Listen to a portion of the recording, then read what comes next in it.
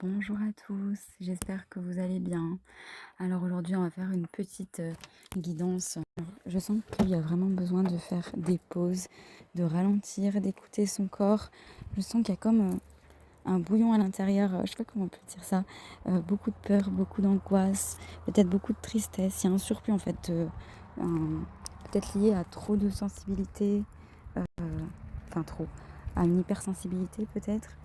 Il faut pour cela libérer comme on peut le stress, hein. Donc pour certains, ça pourra être du sport, d'autres, prendre une bonne douche chaude, une bonne douche fraîche, envie de, si vous avez envie de pleurer, pleurer, ça peut vraiment faire du bien.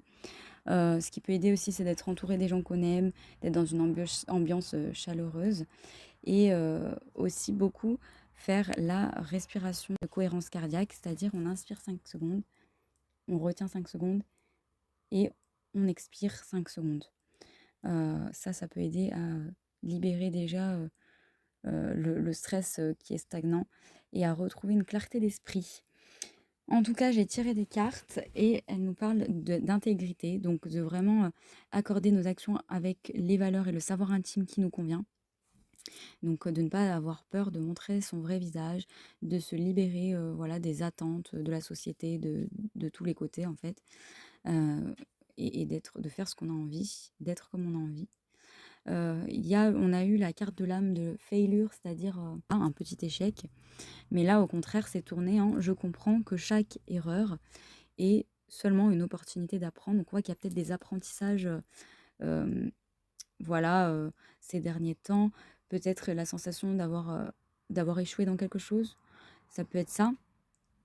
Ou et du coup, on voit qu'en fait, on vous dit que non, non, c'est reprenez confiance parce que, c'est une leçon de vie et qu'après, il y a de belles choses qui vont arriver, des opportunités très intéressantes qui vont arriver.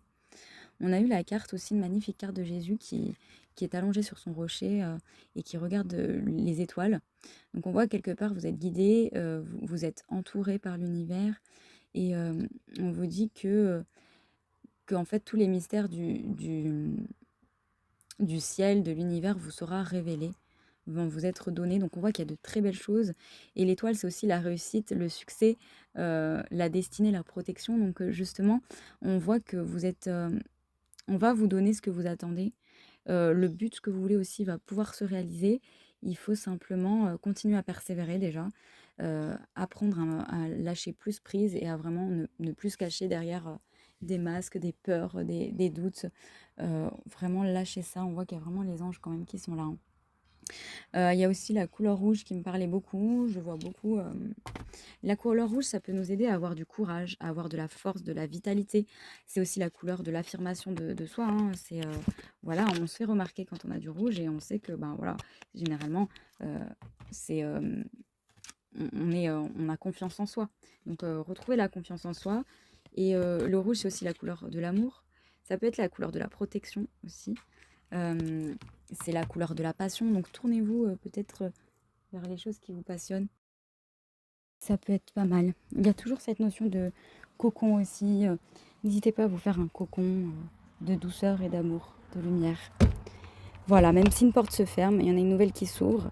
Euh, donc je vois que ça va être même des accomplissements de rêves.